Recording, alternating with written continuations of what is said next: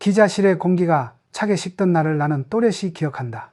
회장님은 정규 고등교육도 받지 못하셨다는데 정말 대기업을 이끌 수 있습니까?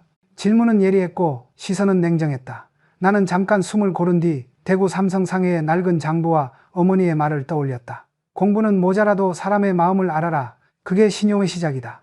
그 한 줄이 내 평생의 나침반이 되었다. 그래서 나는 조용히 대답했다. 그래서 제가 할 수 있습니다. 나는 현장의 사람들을 압니다. 그리고 착함이 왜 손해로 끝나는지도 압니다. 그날 이후 나는 세 단어를 내 경영의 축으로 새겼다. 신용, 품질, 사람. 1938년 대구의 작은 상점에서 출발한 나의 실험은 훗날 산업지도를 바꾸는 파문이 되었지만 내가 가장 뼈아프게 배운 진실은 단순했다. 세상은 착하기만 한 사람에게 냉정하다. 성실은 필요하지만 충분치 않다. 신뢰는 성실에서 태어나는 것이 아니라 선택과 집중, 기준과 데이터, 결단과 책임 위에서 자란다. 나는 자주 강한 온정이라는 말을 썼다. 오해하지 마라. 그것은 무조건 봐주기나 감정적 연민이 아니다. 냉철한 판단 속에서도 사람을 믿고 세우는 의지, 도움을 주되 의존을 키우지 않는 단호한 배려다. 따뜻하되 흐트러지지 않고 사랑하되 책임을 유예하지 않는다. 그래서 나는 제도를 바꾸었고 언어를 바꾸었고 보고 방식을 바꾸었다. 감동은 순간이지만 신용은 평생이기 때문이다. 내 회의실에서 가장 많이 던진 질문은 짧았다. 해봤어? 남의 눈치를 거두고 오늘 반드시 해야 할 단 하나를 남기고 나머지를 단호히 거절해 본 적이 있는가? 미사 여구 대신 숫자와 현장을 직접 확인해 본 적이 있는가? 검토하겠습니다. 라는 애매함을 버리고 한다 안 한다로 스스로 책임을 끌어안아 본 적이 있는가? 그리고 누군가의 손을 잡아줄 때 여기까지라는 경계를 분명히 그어 본 적이 있는가? 이 질문에 침묵하는 이들이 많았지만 바로 그 침묵이 성장의 시작이었다. 나는 사람이 기준축 없이 선의만 품으면 결국 바람 따라 흔들리는 갈대가 된다는 것을 수없이 보았다. 내 기준은 평생 변하지 않았다. 품질을 낮춰 얻는 이익은 신용을 잃는 비용이고 감정으로 채운 계약은 숫자가 곧 무너뜨린다. 그래서 나는 때로 완고하다는 소리를 들었다. 좋다. 완고한 기준이 없어서 무너지는 기업을 나는 너무 많이 보았으니까. 강한 온정은 현장에서 증명된다. 수원에서 구미에서 해외의 거래처 라운지에서 심지어 감사 편지와 항해 전화가 동시에 쏟아지던 본사 로비에서도 나는 오염 문제 앞에서 시간을 벌지 않았고 협력사의 납기 지연을 이해라는 단어로 덮지 않았다. 결단은 손해처럼 보이지만 결국 신용과 실력을 남긴다. 그 선택들이 나와 삼성의 등뼈가 되었다. 이 이야기를 듣는 당신에게도 같은 부탁을 한다.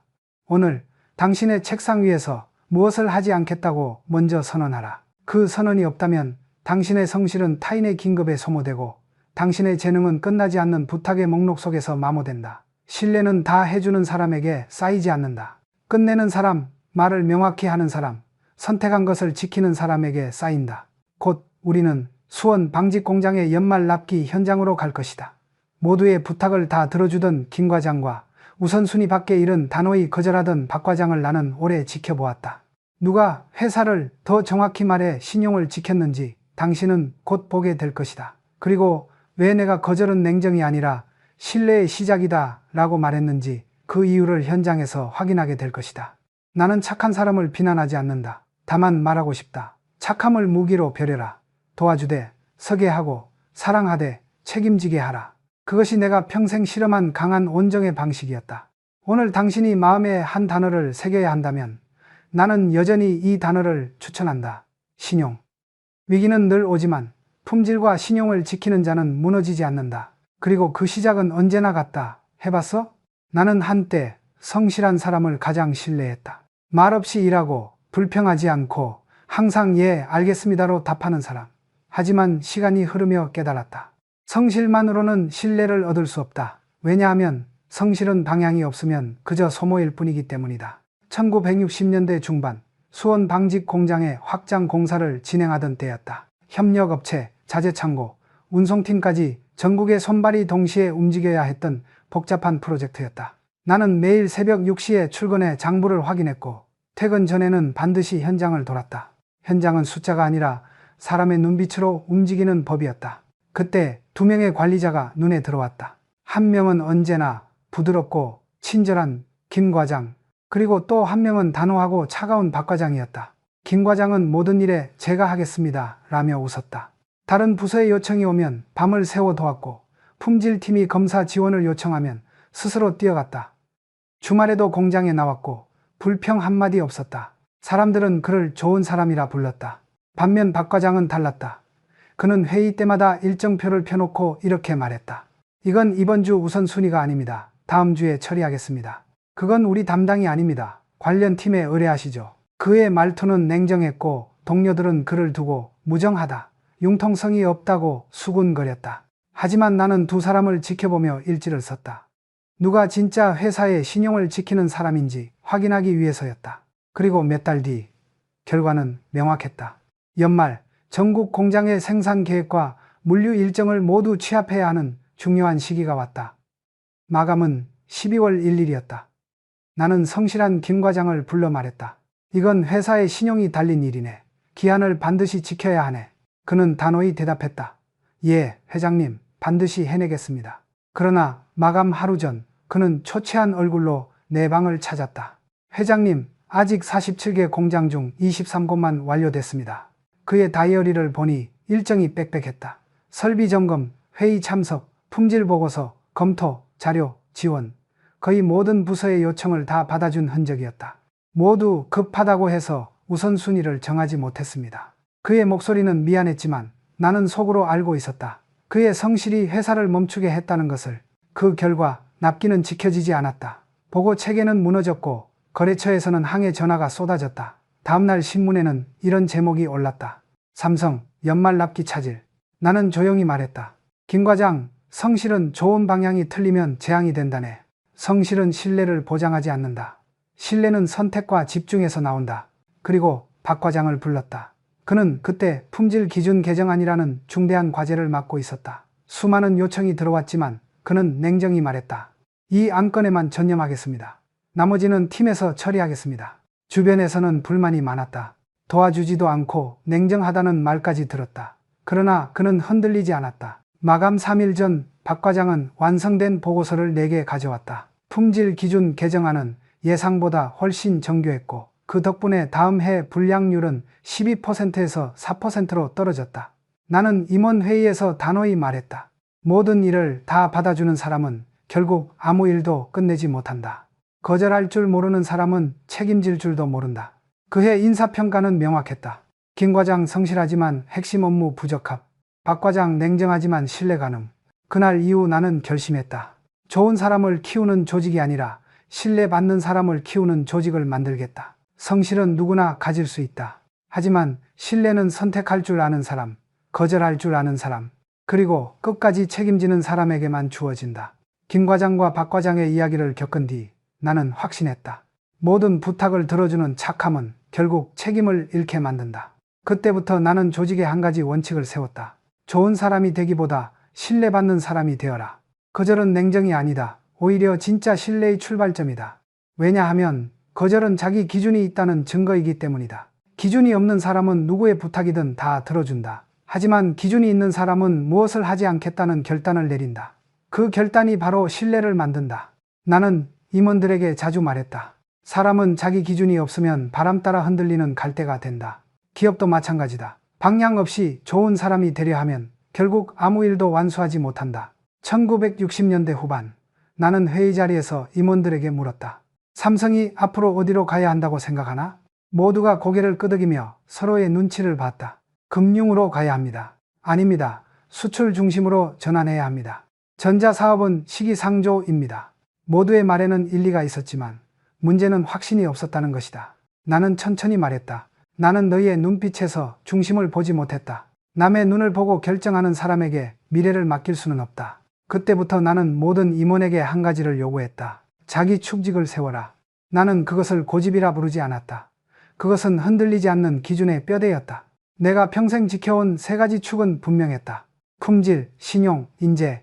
이 세 가지 중 하나라도 무너지면 그 사업은 반드시 망한다. 언젠가 수원 공장 임원 중 한 사람이 내게 말했다. 회장님, 원단 품질을 조금만 낮추면 원가가 15% 절감됩니다. 이익이 2배로 늘어납니다. 그 당시 삼성은 자금난이 심각했다. 대부분의 경영자라면 솔깃했을 것이다. 하지만 나는 단호히 대답했다. 품질을 낮춰 얻은 이익은 신용을 잃는 비용이다. 그 제안은 즉시 폐기됐다. 그 후 몇 년이 지나 그 결정이 회사를 살렸다. 삼성은 비싸지만 믿을 수 있는 제품이라는 평가를 얻었다. 나는 그때 더욱 확신했다. 남의 눈치가 아닌 자기 기준으로 버티는 기업만이 오래 간다. 이 원칙은 사람에게도 똑같이 적용된다. 상사의 기분에 따라 말을 바꾸는 사람, 회의에서 모두의 의견에 맞장구 치는 사람, 결국 누구에게도 신뢰받지 못한다. 나는 젊은 간부들에게 말했다. 눈치를 본다는 건 네가 기준을 잃었다는 뜻이다. 누군가가 싫어하더라도 내 판단이 옳다면 결과로 증명해라. 나는 살아오며 수없이 완고하다는 말을 들었다. 하지만 완고하지 않은 기준이 사람과 회사를 무너뜨리는 모습을 너무 많이 보았다. 거절은 누군가를 밀어내는 행동이 아니라 자기 신뢰를 지키는 선언이다. 거절할 줄 아는 사람은 반드시 책임질 줄 아는 사람이 된다. 그래서 나는 언제나 젊은 간부들에게 이렇게 물었다. 해봤어? 네가 해야 할 일을 지키기 위해 한 번이라도 단호히 거절해 본 적 있어? 그 질문을 던질 때마다 회의실은 조용해졌다. 하지만 그 침묵 속에서 나는 보았다. 그들의 눈빛에 비로소 중심이 생기고 있었다. 거절은 냉정이 아니라 신뢰의 시작이다. 그 말은 내 인생의 신조이자 삼성을 움직이는 가장 단단한 철학이 되었다. 그리고 그 철학은 지금도 변하지 않는다. 좋은 사람은 모두에게 호감을 얻지만 신뢰받는 사람은 끝내 결과로 존중을 얻는다. 나는 지금도 기억한다. 1950년대 후반 전쟁이 끝난 뒤 나라 전체가 혼란스러웠다. 돈은 부족했고 시장은 불안정했고 사람들의 마음에는 절망이 깔려 있었다. 그 시절 삼성도 예외는 아니었다. 사업 방향을 두고 임원들 사이에서 의견이 갈렸다. 회장님, 이제 금융으로 가야 합니다. 아닙니다. 수출 중심으로 전환해야 합니다. 전자산업은 시기상조입니다. 그들의 말에는 모두 일리가 있었다. 하지만 나는 그 순간 한 가지를 느꼈다. 누구 하나 자기 확신으로 말하지 않는다는 것. 서로의 표정을 살피고 분위기를 보며 말을 바꾸는 사람들. 그 모습을 보며 나는 회의실 공기를 끈듯이 말했다. 나는 너희의 눈빛에서 확신을 보지 못했다. 남의 눈을 보고 결정하는 사람에게 미래를 맡길 수는 없다. 그날 이후 나는 모든 임원에게 한 가지를 명령했다. 각자의 충직을 세워라. 내가 말한 축은 고집이 아니다. 그건 어떤 상황에서도 흔들리지 않을 세 가지 가치였다. 내게 그 축은 명확했다. 품질, 신용, 인재.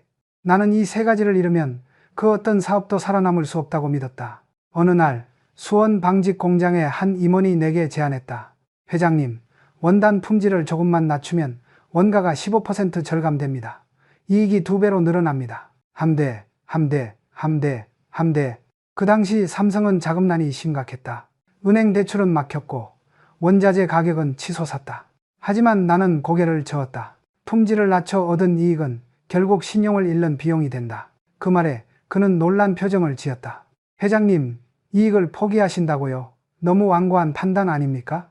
나는 조용히 답했다. 완고한 기준이 없는 기업이 망하는 걸 나는 너무 많이 봤다. 그 결정은 곧바로 회사를 바꿔놓았다. 몇 년 뒤 우리는 비싸지만 믿을 수 있는 제품이라는 평가를 얻었다. 일본, 동남아, 중동의 거래처들이 삼성과 독점 계약을 맺기 시작했다. 그들은 말했다. 삼성 제품은 비싸지만 믿을 수 있다. 그 한마디가 회사를 살렸다. 나는 그때 확신했다.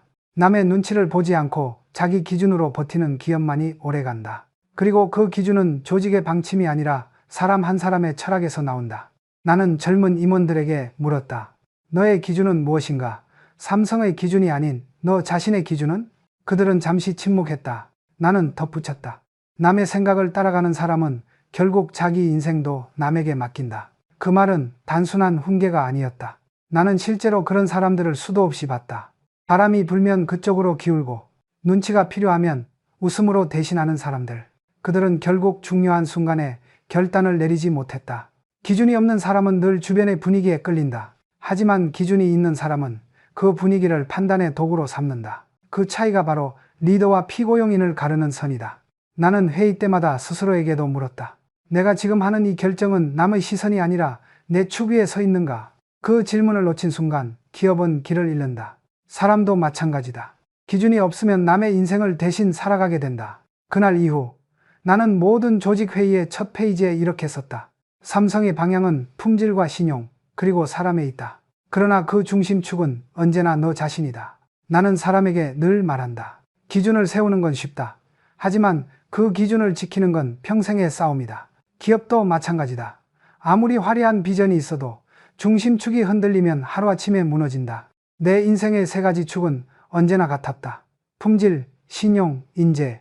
이 셋은 분리될 수 없고 하나라도 약해지면 전체가 기울었다. 그 중에서도 첫 번째는 품질이었다. 1950년대 말 우리는 직물과 설탕을 팔던 작은 회사였다. 하지만 나는 직원들에게 이렇게 말했다. 삼성의 상품은 값이 비싸도 좋다. 그러나 절대 불량해서는 안 된다. 그 말은 단순한 목표가 아니었다. 품질은 인간의 양심이다. 나는 품질을 속이는 행위를 거짓말보다 더 큰 죄로 여겼다. 어느 날 공장 품질관리부에서 보고가 올라왔다. 회장님, 이번 달 불량률이 8%로 떨어졌습니다. 나는 고개를 저었다. 그건 숫자일 뿐이다. 고객이 믿을 수 있다고 말하기 전까진 품질이 아니다. 그 말을 듣고 직원들은 다시 현장으로 내려갔다. 몇 달 뒤 불량률은 4%로 떨어졌다. 그때 나는 확신했다. 품질은 기술이 아니라 태도에서 시작된다. 두 번째 축은 신용이었다. 나는 늘 말했다. 돈은 잃어도 신용은 잃지 마라. 신용을 잃으면 모든 것이 부도가 난다. 사업 초기에 나는 수많은 거래처와 계약을 맺었다. 하지만 그 중에는 말로는 신의를 강조하면서도 속으로는 계산만 하는 이들이 많았다. 나는 계약서보다 사람의 눈빛을 먼저 봤다. 그러나 젊은 시절엔 그 눈빛에 속은 적도 있었다. 그때 나는 깨달았다. 감정으로 사람을 판단하면 속고 데이터로 판단하면 배운다. 그래서 이후부터 모든 거래는 숫자로 검증했다. 현장 보고서를 직접 확인하고 협력업체의 재무제표를 내가 직접 검토했다. 어떤 사람은 말했다. 회장님, 불신이 너무 심하신 것 아닙니까? 나는 단호히 대답했다. 확인은 불신이 아니라 신뢰의 시작이다. 이 철칙 하나가 삼성을 살렸다. 거래처들은 처음엔 부담스러워했지만 시간이 지나면서 이렇게 말했다. 삼성과 일하면 피곤하지만 절대 뒤통수는 맞지 않는다. 그 말이 나에게는 최고의 칭찬이었다. 그리고 마지막 축, 인재. 나는 늘 이렇게 말했다. 회사는 사람의 집이다. 품질은 손이 만들고 신용은 마음이 만든다. 결국 모든 건 사람에게서 시작된다. 삼성이 커지며 나는 수많은 사람을 봤다.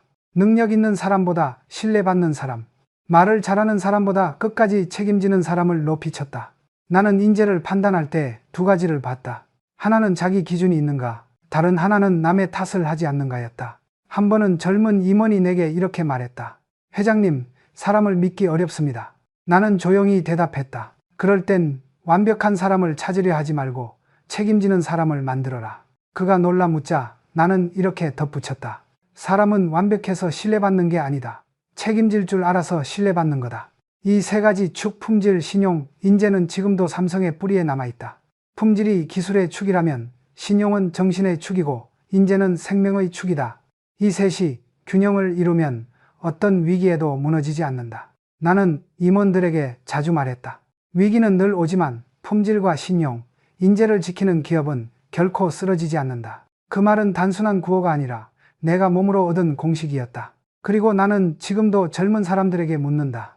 해봤어? 내 기준을 지키기 위해 손해를 감수해 본 적 있어? 품질을 낮추지 않고 신용을 굽히지 않으며 사람을 믿어본 적 있어? 하나씩 그 질문에 대답할 수 있는 사람이라면 그는 이미 강한 기준 위에 선 사람, 그리고 진짜 리더다. 나는 젊은 시절 사람을 너무 믿었다. 겉으로는 냉정해 보였지만 속으로는 늘 좋은 의도를 먼저 봤다. 그 착함이 한때 회사를 벼랑 끝으로 몰아넣을 줄은 몰랐다. 1950년대 후반 한국전쟁이 끝난 뒤였다. 삼성은 재건사업에 뛰어들어 도로 건설 자재를 납품하고 운송사업에도 손을 뻗고 있었다. 그때 한 신생 건설업체 사장이 찾아왔다. 말투는 공손했고 복장도 단정했다. 그는 눈물까지 보이며 말했다. 회장님, 저는 이윤이 아니라 조국의 재건을 위해 일하고 싶습니다. 삼성과 함께 나라를 다시 세우고 싶습니다. 그 진심 같은 말에 나는 깊이 감동했다. 이런 사람이라면 믿을 수 있겠다. 나는 그 자리에서 계약을 승인했다. 총 공사비 12억 원, 다른 업체보다 3개월 빠른 완공 약속이었다. 하지만 한 달 뒤 보고서에 이상한 숫자가 올라왔다. 작업 인원 120명 중 실제 근무자는 35명. 시멘트는 규격품이 아닌 저급 제품. 현장은 텅 비어 있었다. 나는 직접 그 현장으로 내려갔다. 먼지 바람 속에서 나는 겨우 서 있는 몇 명의 인부들을 봤다. 무슨 일인가? 그 사장은 고개를 숙이며 말했다. 잠시 인원을 이동시킨 겁니다. 품질에는 문제 없습니다. 그러나 한 달 뒤 그 회사는 부도가 났다. 이미 지급한 공사비는 회수할 수 없었다. 그날 밤 나는 장부를 덮으며 혼잣말을 했다. 눈물과 말에 속았다. 숫자와 사실을 보지 못했다. 그 사건 이후 나는 결심했다. 사람을 감정으로 판단하지 말고 숫자로 검증하라. 그날 이후 삼성의 모든 거래는 완전히 바뀌었다. 협력업체의 단가, 인원, 기간을 논리적으로 검증하지 못하면 계약은 즉시 보류했다. 모든 거래처의 3년치 재무제표를 검토했고 현장 방문은 사무실 회의보다 우선이었다. 회장님, 너무 까다로운 절차 아닙니까? 라는 불만도 많았다. 그러나 나는 단호했다. 감동은 순간이지만 신용은 평생이다. 그 이후 삼성은 세계 어느 기업보다 까다로운 협력 기준을 세웠다. 누구든 감동적인 말보다 증명된 숫자로 신뢰를 얻어야 했다. 그 원칙은 냉정해 보였지만 그것이 회사를 지켰다. 나는 그때 깨달았다. 착한 마음이 회사를 살리는 게 아니다. 정확한 검증이 회사를 지킨다. 이것이 내 경영의 두 번째 전환점이었다. 그 사건 이후 나는 모든 결정을 데이터로 돌렸다. 사람을 믿되 반드시 근거로 확인했다. 이 철학은 지금의 삼성 인사 시스템의 뿌리가 되었다. 1970년대 초 나는 전자와 반도체 산업에 뛰어들 준비를 하고 있었다. 수많은 국내외 업체가 나를 찾아와 달콤한 제안을 했다. 회장님, 최신 일본 설비를 싸게 들여올 수 있습니다. 그러니 미국 회사와 협력하면 40%의 수익률을 보장합니다. 모두 자신 있게 말했다. 하지만 나는 단 하나의 질문만 던졌다. 지난 3년간 실적이 있나? 그들은 잠시 침묵했다. 그럼 끝이야. 나는 미소를 지으며 말을 마쳤다. 많은 이들이 그 결정을 이해하지 못했다. 회장님, 너무 보수적입니다. 이익을 놓치게 됩니다. 하지만 나는 알았다. 이익보다 중요한 건 신용이라는 것을. 그때부터 나는 확인 없는 감동을 철저히 배제했다. 협력업체의 제안이 아무리 진심으로 들려도 근거가 없으면 한 걸음도 나아가지 않았다. 그 기준은 냉정했지만 정확했다. 결국 삼성전자는 불과 10년 만에 수입 조립 회사에서 자체 개발 기업으로 성장했다. 그 과정에서 수많은 유혹이 있었다. 하지만 나는 흔들리지 않았다. 사람은 말로 판단하면 속고 숫자로 판단하면 배운다. 이 말은 내 인생의 네 번째 신조가 되었다. 나는 임원들에게 늘 말했다. 감동적인 말을 하는 사람보다 자신의 일을 하나의 숫자로 증명하는 사람을 믿어라. 그래서 나는 매년 신입사원 교육 첫날 이 문장을 적어주었다. 데이터 없이 감동으로 판단하는 건 경영이 아니라 도박이다. 현대사회는 말이 넘쳐난다. 하지만 말은 증거가 아니다. 말이 아무리 뜨겁더라도 그 속에 실적, 시간, 수치, 결과가 없다면 그건 공기와 같다. 나는 냉정해 보였지만 그 냉정이 사람을 지켰다. 감정에 휘둘리지 않는 따뜻한 판단. 그게 내가 말한 강한 온정의 또 다른 얼굴이었다. 확인하고, 검증하고, 책임지는 리더만이 진짜로 사람을 살릴 수 있다. 그래서 나는 지금도 사람들에게 묻는다. 해봤어? 사람을 감정으로 판단하지 않고 오직 숫자와 결과로만 평가해 본 적 있어? 그 질문에 답할 수 있다면 그 사람은 이미 신뢰의 언어를 배운 것이다. 나는 수없이 들었다. 회장님, 좀 더 검토해 보겠습니다. 하지만 그 말 속에 숨어 있는 건 대부분 책임 회피였다.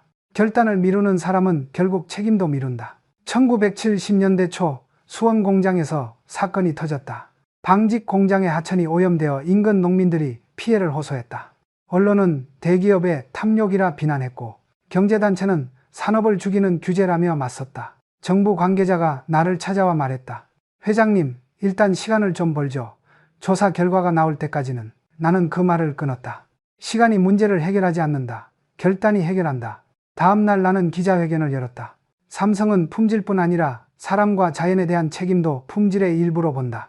우리는 오염 방지 설비를 전면 교체하겠다. 3년 내 공해 제로를 달성하겠다. 기자들이 놀랐다. 그 설비 비용만 300억 원이 넘습니다. 나는 단호히 말했다. 삼성의 신용은 그보다 비싸다. 그 결정으로 회사는 큰 손실을 입었다. 그러나 몇 달 뒤 수원 시민들이 보낸 감사 편지 수천 통이 본사로 도착했다.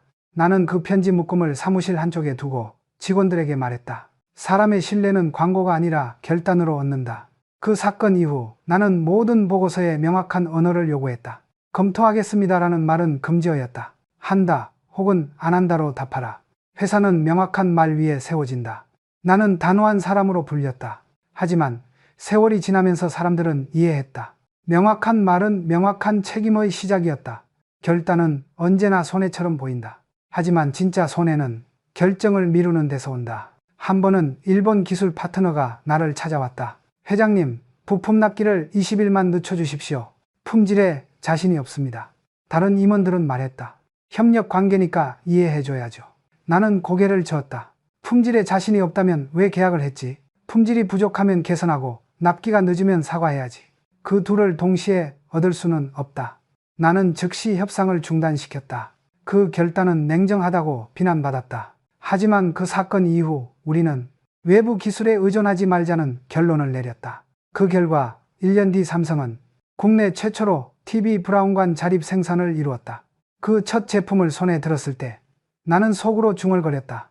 결단은 손해처럼 보이지만 결국 신용과 실력을 남긴다. 이후 나는 임원회의에서 이렇게 말했다. 검토하겠습니다는 책임 회피의 다른 이름이다. 명확하게 말하고 책임을 져라. 그게 신뢰의 시작이다. 그 말은 내 생에 가장 자주 반복한 문장이 되었다. 왜냐하면 사람은 실수보다 모호함 때문에 무너진다. 불분명한 언어는 조직을 병들게 한다. 나는 회의 때마다 이렇게 말했다. 결정은 칼날 위의 선택이다. 하지만 피하지 않는 사람만이 리더가 된다. 결단은 용기다. 그리고 용기는 결국 신용의 또 다른 이름이다. 나는 평생 수많은 사람을 도왔다. 그러나 한 가지 원칙이 있었다. 도움은 한 번이면 충분하다. 어느 날 한 간부가 찾아왔다. 회장님, 자녀 학자금이 급해서 조금만 도와주십시오. 나는 지갑에서 돈을 꺼내주며 말했다. 이건 급한 불을 끄는 돈이야. 하지만 다시는 이런 일이 없게 스스로 해결하게. 그는 눈물로 감사했다. 그러나 6개월 뒤 그는 또 찾아왔다. 이번엔 부모님 병원비가 급합니다. 나는 조용히 물었다. 그때 빌려준 돈은 다 갚았나? 아직 조금 남았습니다. 그럼 이번엔 스스로 해결해보게. 그는 실망한 얼굴로 물러났다. 그날 밤 나는 일기장에 이렇게 썼다. 도와주는 것도 한계가 있어야 한다. 무조건적인 온정은 상대를 망친다. 그 후 나는 사택 제도를 바꾸었다. 모든 직원에게 주택을 제공하던 시스템을 없애고 성과와 책임에 따라 차등 지원제를 도입했다. 회사는 복지로 사람을 묶는 곳이 아니라 기회로 성장시키는 곳이다. 그 철학은 냉정해 보였지만 결국 많은 사람을 강하게 만들었다. 나는 임원들에게 자주 말했다. 진짜 믿는 사람이라면 봐주는 게 아니라 이겨내게 해야 한다. 그리고 그 말을 실천한 협력업체 대표는 훗날 이렇게 말했다. 그때 회장님이 봐주셨다면 우리 회사는 망했을 겁니다. 나는 그때 확신했다. 단호한 배려가 진짜 사람을 만든다. 세상은 착한 사람을 칭찬한다. 그러나 나는 착한 사람보다 강한 사람을 원했다. 왜냐하면 착한 사람은 남을 돕고 끝나지만 강한 사람은 남을 키우고 끝난다. 강한 온정이란 감정이 아니다. 그건 의지이자 결단이다. 나는 도와주되 반드시 스스로 서게 만들었다. 삼성이 반도체 산업에 도전하던 1970년대 후반 모두가 반대했다. 회장님, 일본도 손해보고 있습니다. 미국 기업도 철수했습니다. 나는 조용히 말했다. 망한다고 말하기 전에 해본 적이 있나? 그 순간 회의실은 얼어붙었다. 나는 천천히 말을 이었다. 나는 인생을 걸어본 적이 있다. 망할 수 있다는 걸 알면서도 나라를 위해, 사람을 위해 한 번은 해야 한다고 생각했다. 그날 나는 임원들에게 서류 한 장을 건넸다. 거기엔 단 한 문장이 적혀 있었다. 사업보국 식교 사업으로 나라에 보답하라. 그 문장은 지금도 삼성의 뼈속에 남아있다. 착한 마음만으로는 회사를 지킬 수 없다. 그러나 강한 책임감은 사람도 나라까지 살린다. 강한 온정이란 차갑지 않은 냉철함이다. 판단은 냉정하되 마음은 따뜻해야 한다. 나는 그것을 따뜻한 냉정주의라 불렀다. 1983년 반도체 공장 준공식 날, 기자 하나가 내게 물었다. 회장님, 그렇게까지 하시는 이유가 뭡니까? 나는 하늘을 바라보다가 대답했다. 나는 성공보다 존경을 원한다. 부자가 되는 건 쉽다. 하지만 사람을 살리는 기업이 되는 건 어렵다. 그건 품질과 신용, 그리고 사람에 대한 책임에서 나온다. 내 생의 마지막 일기장에는 이렇게 적혀 있었다. 착한 사람은 남을 도와 기뻐하지만 강한 사람은 남을 키워 기쁘다. 내 인생은 후자였다. 나는 평생을 강한 온정의 실험으로 살았다. 온정은 눈물이 아니라 결단, 따뜻함은 감정이 아니라 의지였다. 회사는 결국 사람의 집이다. 따뜻하지 않으면 오래 가지 못하고 강하지 않으면 지켜낼 수 없다. 나는 지금도 묻고 싶다. 해봤어? 누군가를 진심으로 돕기 위해 단호히 그건 네가 해야 해 라고 말해본 적 있어? 그 한마디가 냉정처럼 들릴지 모른다. 하지만 그것이 진짜 리더의 품격이다. 나는 믿는다. 위기는 늘 오지만 품질과 신용을 지키는 자는 결코 무너지지 않는다.